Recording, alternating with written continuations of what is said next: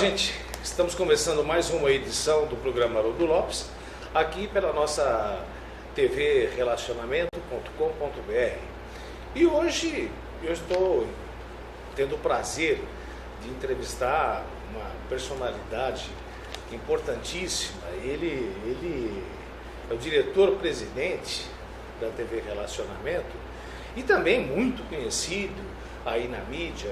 Ele é engenheiro, ele é escritor e ele é o maior colecionador de histórias em quadrinhos. Você se lembra do Tarzan, Batman, Dr. Kilter, quantas coisas que nos reportam a nossa infância. Muito prazer que eu recebo aqui Kendi Sakamoto. Kendi, obrigado por ter Eu que agradeço, uma honra, viu? Meu convite, honra toda minha em participar aqui da sua emissora. E hoje aqui, com exclusividade aqui, conversando com você. E você sabe que eu já... Bom, primeira coisa, eu queria... Uma curiosidade, inclusive minha, Kendi. Tá bom. Brasileiro, você de... Fala um pouquinho da sua vida pra gente, Kendi. Eu sou brasileiro, nascido em Barrinha, no estado de São Paulo. Tive minha criação em Monte Alto. Vim para São Paulo, acabei fazendo 2 graduações de engenharia, elétrica e telecomunicações. Estudei também, acabei fazendo 5 pós-graduações, um mestrado, um doutorado e agora terminando um pós-doc. Professor universitário, tenho 24 livros escritos, 14 publicados, os outros 10 ainda 24 livros não deu escritos? tempo só da impressão e a capa, mas sai em breve. Nossa, que maravilha, Kendi. Mas seus pais também são brasileiros? Não, meus pais vieram do Japão, vieram em épocas separadas e se conheceram aqui no Brasil, nas fazendas de café, acabaram se casando e tiveram 6 filhos. Eu sou o 4º filho. E houve assim algum choque de cultura, da cultura japonesa com a brasileira para você? Porque você leva as coisas aí bem numa boa, né? Foi assim, meu pai ele teve uma postura muito bacana. Foi assim, como ele veio com 17 anos para cá, minha mãe veio com 3. Ele então lá ele estudou Japão antes de vir para cá. E lá ele treinava Kendo, aquela luta de espada, que é igual dos samurais.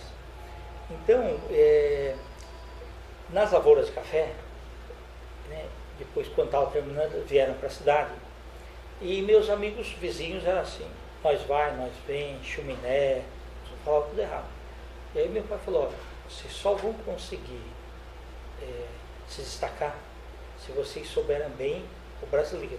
Que na verdade para ele era o português, entendeu? Assim, não precisa aprender o japonês, mas o brasileiro vocês têm que saber bem. E quando eu tinha 6 anos de idade, ele tomou uma decisão muito interessante. Falou assim, em casa não vai ter geladeira, que muitos lares já tinham, nem fogão a gás. A gente tinha ainda o de lenha. Televisão quase ninguém tinha. Mas eu vou assinar o jornal Estado de São Paulo e todos os filhos vão ter que ler, vão ter que dar uma olhada todo dia. Aí a gente folheava, eram poucas ilustrações, tinha lá debaixo de algumas fotos, só que na parte de algumas tiras de quadrinhos, que eu gostava de ver, e a parte de cinema. Então a parte de cinema, teatro, eu acabava lendo aquelas propagandas de filmes e tudo mais, né, depoimentos e tudo mais. Acabei gostando bastante de cinema e por ter uma leitura muito sadia, tive bons professores também no antigo ginásio, que era do estado, era bom, e durante a época do ginásio até o final do colegial, eu li basicamente todos os livros da literatura universal, 240 livros. A literatura inglesa, literatura francesa, portuguesa, do Camilo Castelo Branco, literatura brasileira. Com 17 anos eu li a Bíblia inteira, as 1.700 páginas. Né? Você leu a Bíblia inteira? Li, porque eu tinha lido a biografia do Lincoln, ele tinha lido a Bíblia inteira. Então, até aquela parte do Apocalipse lá tal, passou meio batido, não entendi. Mas assim, foi um estado muito interessante. E com isso, eu sempre tirava o primeiro lugar nas redações e tudo mais. E tinha um sonho de, quando moleque, de ser desenhista, que eu desenho bem, e fazer jornalismo. Só que em casa tinha uma quitanda e chegou ao supermercado na cidade, então meu pai quebrou. Então eu vim com o irmão e minha irmã para São Paulo para a gente comprar uma casa e trazer os pais. Sim. E na época existia 15 profissões, hoje tem mais de 500. E até hoje, por exemplo, você se forma em administração, não é certeza que você está ganhando dinheiro ao que você se forma. E muito, mesmo direito, não é certeza que você terminou a faculdade hoje, amanhã você está ganhando dinheiro. Certo. Mas eu precisava ter um ganho fixo. Então, eu vi assim, o piso de engenheiro, 10 salários mínimos, para eu fazer engenharia. Depois dos 40 anos, eu descobri que eu sou mais de humanas. Por isso que eu sofri bastante fazer engenharia. Mas aquilo me deu um background muito bom, que eu consigo, por exemplo, pegar projetos que envolvam pessoas e tecnologia simultaneamente. Entendeu? Eu consigo fazer essa imersão de forma que, assim, respeita toda a parte técnica, mas respeita todo o ambiente das pessoas também. Bom, eu tenho a impressão que já mais ou menos você já deu aí um pouco do caminho das pedras, como é que você se tornou, porque eu estou conversando aqui com o Kendi Sakamoto, que além de presidente e diretor aqui da TV Relacionamento, ele tem uma facilidade para se expressar e com certeza você vai ficar muito esclarecido do porquê e como ele se tornou o maior colecionador de gibis, das histórias em quadrinho. E ele estava, inclusive, antes de começarmos, o Kendi estava falando de alguns personagens. Nossa, como é gostoso você voltar lá e você se lembrar do Super-Homem, você se lembrar do Clark Kent, do Dr. Kildare, quantos gibis que eu me lembro. E eu queria que você contasse um pouquinho como é que surgiu tudo isso, e que você também, que eu acho muito interessante, que você estava conversando antes de iniciarmos o programa, a diferença do detentor para o colecionador. Mas como é que você já falou que desenha bem, gosta de ler, né?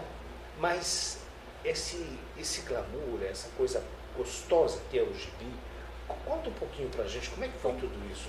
Quando eu estava em Monte Alto, muitos amigos tinham gibis, meu irmão também. Então eu lia e trocava muito. E eu ficava fascinado pelos desenhos. A diferença dos amigos meus, que era só para ler, para saber a história, né? Eu não, eu tinha uma vontade de copiar aquele desenho, de fazer alguma coisa simultânea.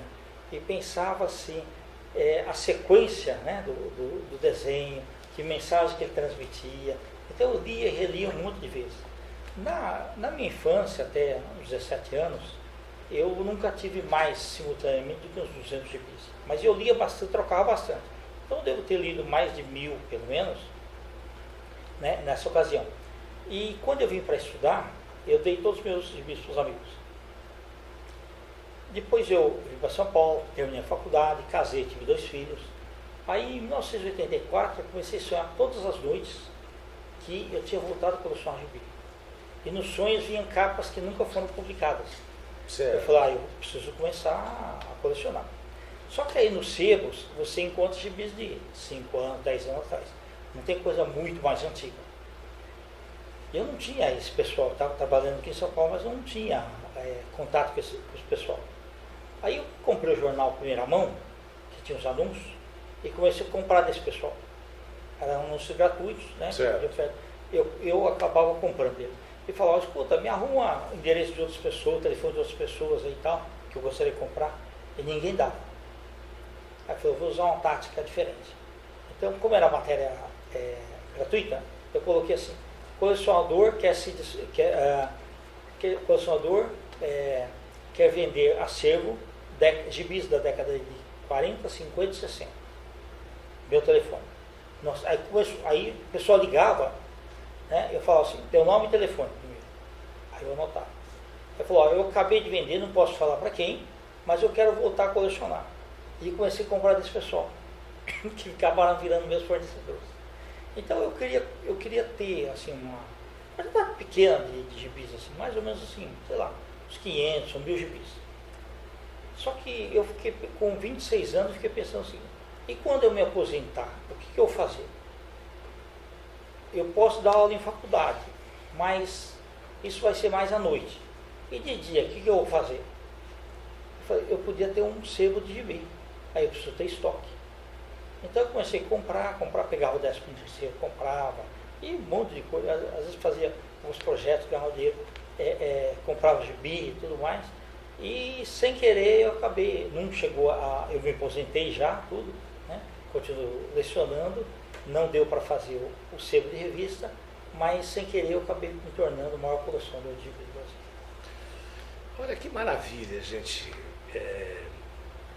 Não sei se eu posso perguntar, mas eu vou arriscar. Quantos exemplares você tem aqui? 140 mil. Gente, 140 mil gibis diferentes? Isso. Eu devo ter aí, nesse daí, uns 20 mil repetidos, devo ter. Sei. E me diga uma coisa, Kendi, eu assisti uma entrevista sua, meu querido Rony Von, que receba aí o meu abraço, e ele fez a pergunta e eu também vou lhe fazer a pergunta. Eu me lembro que ele perguntou de todas esses exemplares, qual era para você o mais importante, o mais significativo, que tinha um significado mais importante para você. E na época você respondeu que era o Tarzan. Continua sendo o seu... Continua sendo. Porque o Tarzan, ele é uma pessoa que protege os animais das florestas, ele protege as tribos indígenas, então ele mantém um equilíbrio contra os maus homens brancos que vão atrás de terras, vão atrás de tesouros, né? E fazem matanças em prol de benefício próprio, né? E o Tarzan combate essa injustiça. Sei. Tá? Se fosse aqui no Brasil, talvez hoje ele estivesse prendendo esses criadores de gado lá no Amazonas e no Acre ali, que estão dizimando as florestas para depois poder criar gado. Sei. Eu vou pedir aí para a nossa produção aí, não tem problema nenhum, me arrumar um lencinho aí para dar uma suavizada aqui.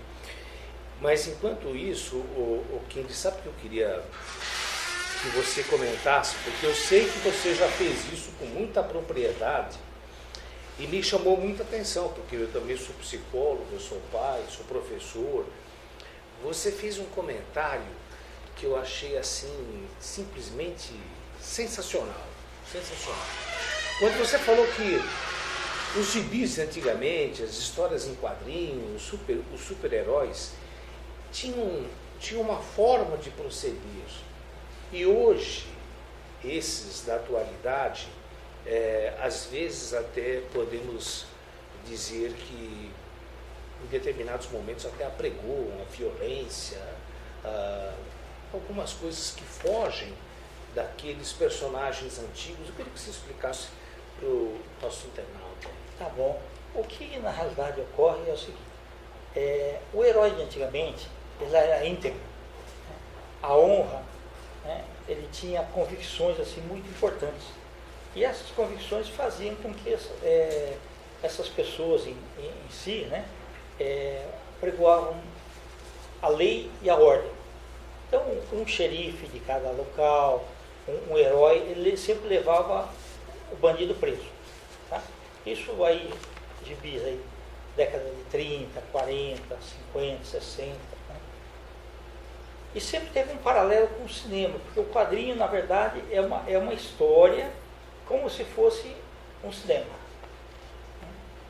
E com isso, no cinema aconteceu um fenômeno que era o seguinte. O Ian Fleming escreveu um livro que era o James Bond. Né? Então, James Bond. Então, o 00 significa assim, licença para matar. Aliás, o primeiro 0, né? Licença para matar. Uma pessoa que tem licença para matar, ele pode atirar pelas costas, ele pode atuar internacionalmente em qualquer lugar, ele pode bater em mulher, ele pode fazer o que quiser.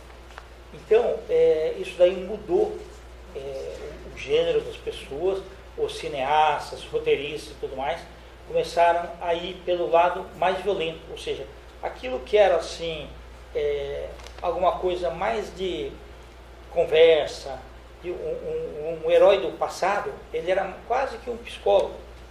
Ele tentava convencer o bandido que não valia a pena ser fora da lei.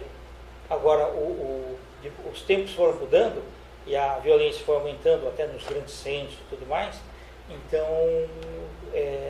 esse aspecto do herói mudou. Então, sim, a gente vê que, por exemplo, o herói de hoje, ele tem crise existencial. Em 1992, tiveram que matar o Robin, que falava que ele morava junto com o Batman. Batman, isso. O Homem de Aço, o Superman, ele tem crise porque ele não pode casar, ele é um homem de ferro. Né?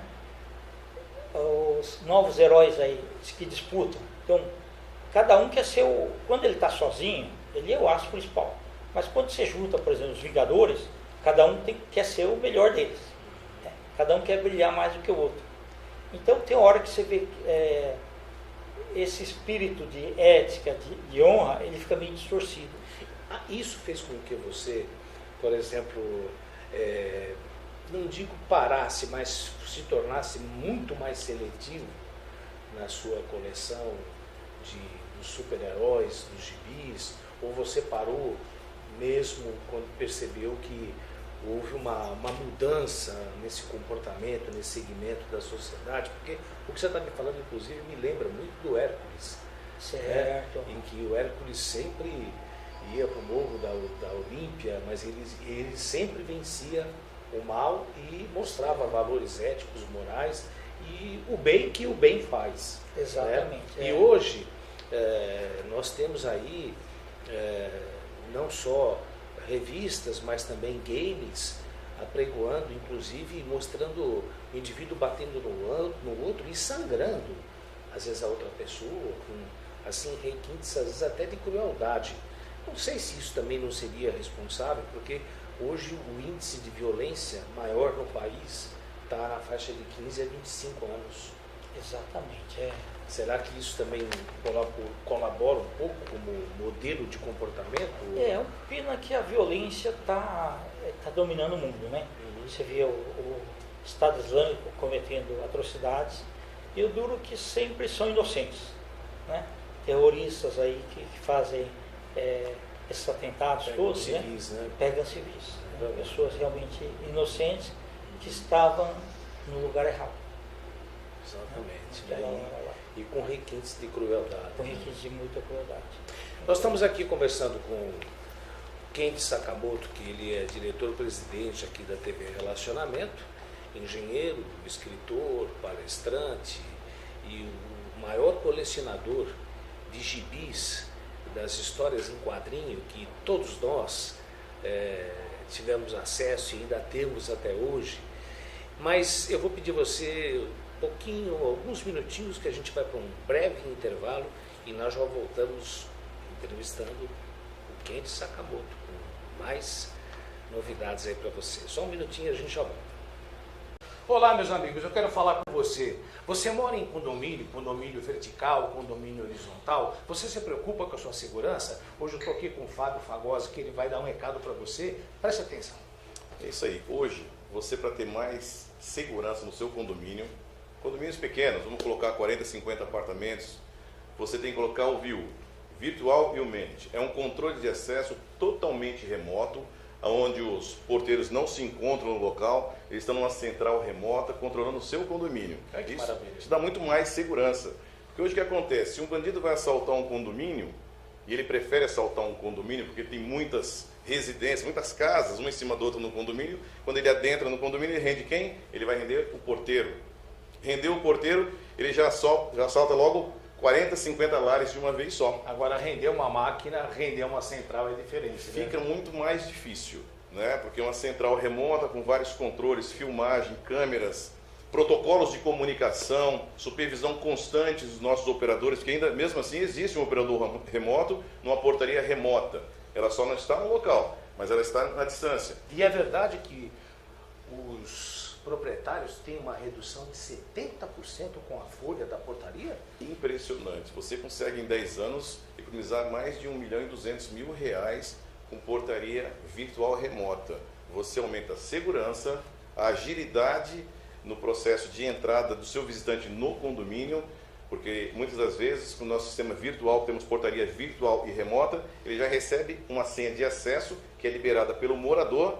Ele chegando no condomínio com o horário pré-agendado, já digita a senha, o sistema libera as portas desse visitante. Olha, digitou a senha expira, não serve mais para nada. Mesmo se tiver alguém observando sua senha por trás, não vai ter acesso, que a senha expira e o sistema inclusive liga para o morador dizendo que sua visita acabou de chegar. E temos um sistema também de delivery. Você vai de uma pizza. Então você está tirando o pedido, o pessoal está tirando o pedido, e nesse momento gerado no seu sistema, no seu tablet, no seu celular, uma senha de acesso, de contato, na verdade, que você passa para quem está tirando o pedido. O motoqueiro, o motoboy chegou, digitou a senha, o sistema não permite que abra seu portão do condomínio, mas ele avisa o morador que sua encomenda já está lá embaixo. Olha aí que maravilha. Você mora num condomínio horizontal ou vertical, você viu a aula aqui que o Fábio deu? Total segurança. Fábio, o telefone para contato para que o pessoal possa pegar mais informações e usar o seu produto. 3995-6200. Viu? Rua da Gávea. 777 é a nossa central de atendimento. Inclusive temos algumas centrais espalhadas em São Paulo. Porque mesmo uma central de atendimento, ela está passível, inclusive, de uma invasão. E o telefone está aí, está aparecendo aí embaixo aí no seu vídeo. Nós vamos repetir mais uma vez o seu telefone para contato com a Viu. Central de atendimento 3995-6200 e temos várias centrais espalhadas em São Paulo. E você pode marcar lá com a Viu, porque eles têm um showroom e você vai aproveitar um cafezinho daqui. Viu, à sua disposição, garantia para você que mora num condomínio vertical ou horizontal. Aguardo sua visita também. Então, gente, voltando aí com o nosso querido Kendi Sakamoto, que volta a repetir, o maior colecionador de gibis do Brasil. Olha, vocês estão vendo aqui na mesa, é uma preciosidade que chega a realmente mexer com a nossa criança interna, nos leva lá para quanto tempo? Nossa, eu sou de 55, quanta coisa que maravilhosa. Kendi, vai mostrando pra gente. Esse aqui, 1950, isso, o herói, gente, olha, né? É um gibi de 1950 da Ebal, mas ele já tinha alguns personagens que hoje tipo o Gavião Negro, por exemplo, ele já é dessa época. Sei. Né? E alguns outros heróis também. Nós temos aqui também, mostrando aqui duas capas magníficas aí do Cavaleiro Fantasma, que foram desenhadas por um brasileiro, Jaime Cortez. Capas até mais bonitas do que desenhadas por americanos. Né? Aqui tem o Oscarito e Grande Otelo, que tiveram gibis também, né? Gin das Selvas. Nossa, esse Gin das Selvas, eu assisti. Assisti e li também. Certo. Agora, gente, presta só atenção. Nesse exemplar que o Kendi vai mostrar e vai explicar, olha só que maravilha. A Editora Brasil América Limitada já tinha registrado o nome Tarzan como revista. Sei. Então chegou uma editora mexicana, que é a Ediex, e começou a colocar essa revista no Brasil, impressa pela Rio Gráfica Editora, que era do Beto Marinho, só que não podia usar o nome Tarzan, que já era registro. Então eles pensaram, vamos inverter, Zantar, aí acabou ficando Antar. E esse daqui, ao invés de ter desenhos, ele é o filme quadrinizado. Olha então aí. Os fotogramas, né, do Olha filme, que maravilha, gente. Alguém pegava e compunha e colocava então as legendas aí.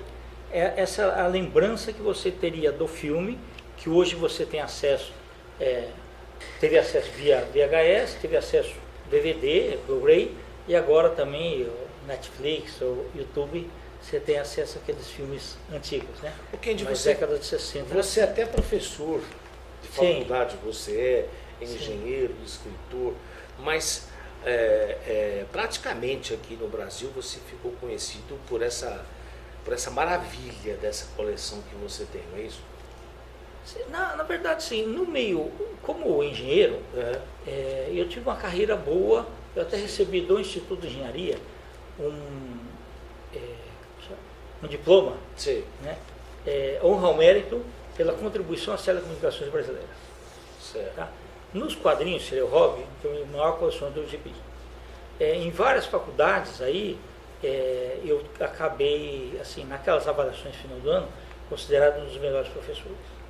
Então, na realidade, assim, nós podemos vestir vários chapéus, nós conseguimos dividir o tempo, desde que a gente tenha um foco específico em cada coisa. Tá? Muitas vezes a pessoa fala, mas não dá para ser tudo ao mesmo tempo.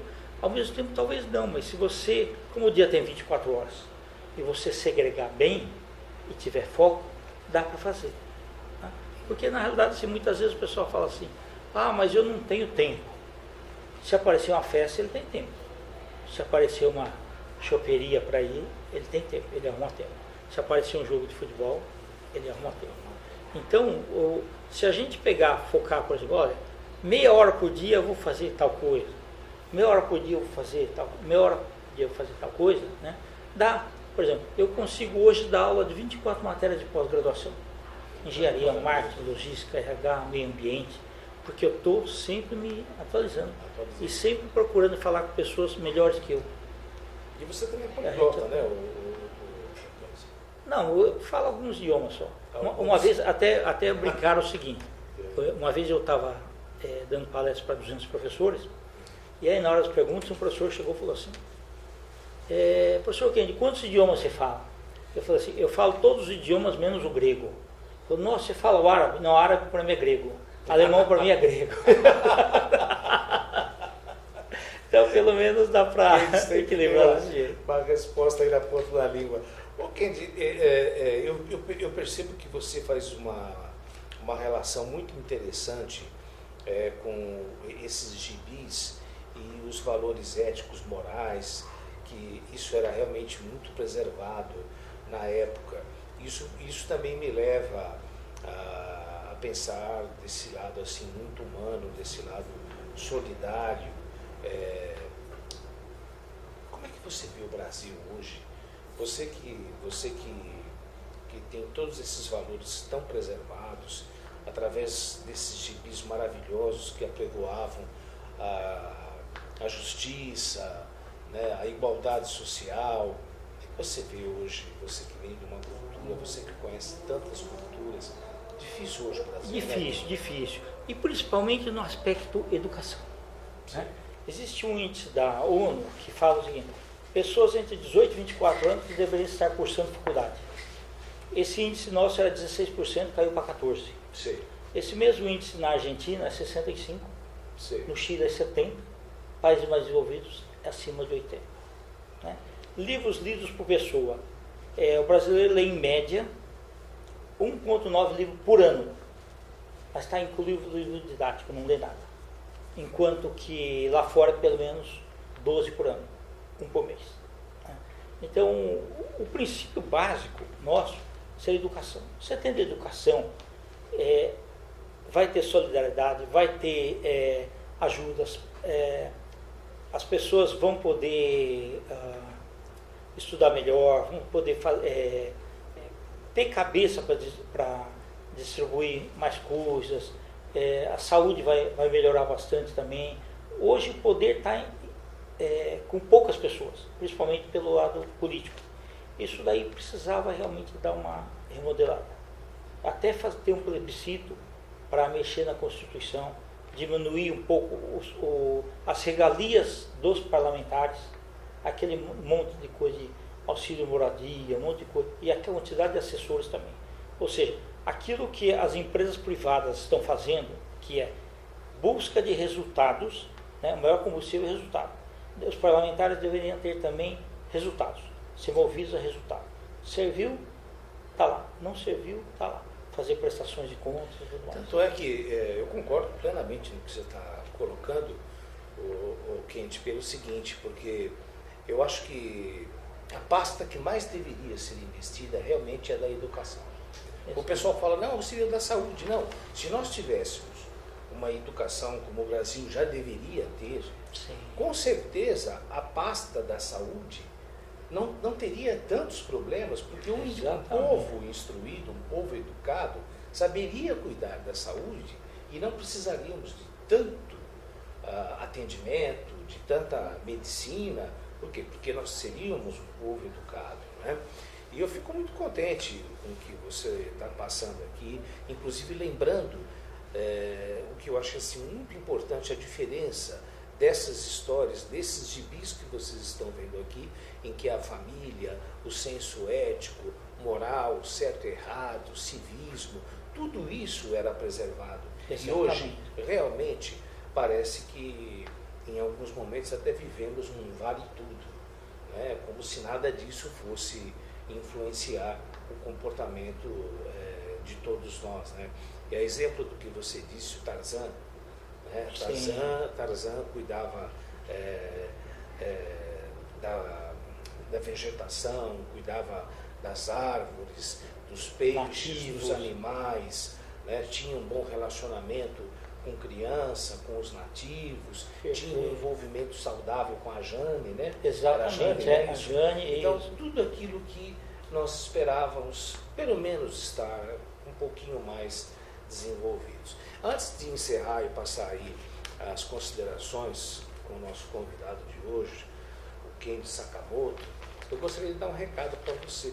Você conhece o projeto Quem Me Quer? Olha, é um projeto super interessante. Quem de nós que não gosta de uma viagem? Quem de nós que muitas vezes já não se programou para ir para um estado ou então para um evento e quando você menos percebe não dá mais para voltar naquele dia e você não tem mais condições? Olha, o projeto Quem Me Quer, ele é inédito. Sabe por que ele é inédito? Porque ele funciona da seguinte forma: você é que faz a oferta de quanto você pode pagar numa diária. E nem sempre nós estamos prevenidos. Então, se você, por exemplo, está com R$150 e você está numa cidade do interior, você tem acesso ao portal www.quemquer.com.br e você diz se você está em uma, duas pessoas e quanto você pode pagar. Daqui a pouco você recebe os hotéis que estão aceitando a oferta que você fez. Olha só que maravilha. E você pode escolher. É inédito, você pode escolher. Você pode escolher. Né? Além de você dar o preço, né? E para o hoteleiro também, vale a pena, porque ele não vai ficar ali com o hotel sem ocupação. Um monte de quartos, quando você tem alguém que está precisando, e é melhor você fazer um preço diferenciado, que inclusive é uma coisa que vai ficar só entre você e o hoteleiro, e você se hospeda pelo dinheiro que você tem no seu bolso. Daí o projeto Quem Me Quer. Anote aí, www.quemmequer.com.br. Kenji, eu queria agradecer a sua participação aqui. Uma honra estar com no você programa. aqui, Volto a repetir, o Kenji Sakamoto é presidente, diretor aqui da TV Relacionamento. E já que falamos de educação e de gibis, eu gostaria das suas considerações finais aí a respeito desse tesouro que você trouxe, além de tudo que você exerce, palestrante, escritor. O homem é um poço de sabedoria. Imagina. A mensagem que eu deixo assim, procurem ler de tudo, conhecer pessoas cada vez mais excelentes, procurar passar tudo aquilo que você aprendeu, você passar para as pessoas. Isso é importante. Fazer voluntariado, né? Então, uma série de coisas assim, na prática do bem, são necessárias. E você, sabendo fazer isso de uma forma assim, muito equilibrada, você acaba contagiando e muitas pessoas serão beneficiadas com isso daí. Então, muitíssimo obrigado. Eu que agradeço, meu querido. Obrigado, obrigado por ter aceito o meu convite. E nós estamos encerrando mais essa edição do programa Haroldo Lopes, aqui pela sua TV Relacionamento. Logo, logo nos veremos. Tchau, gente. Até mais.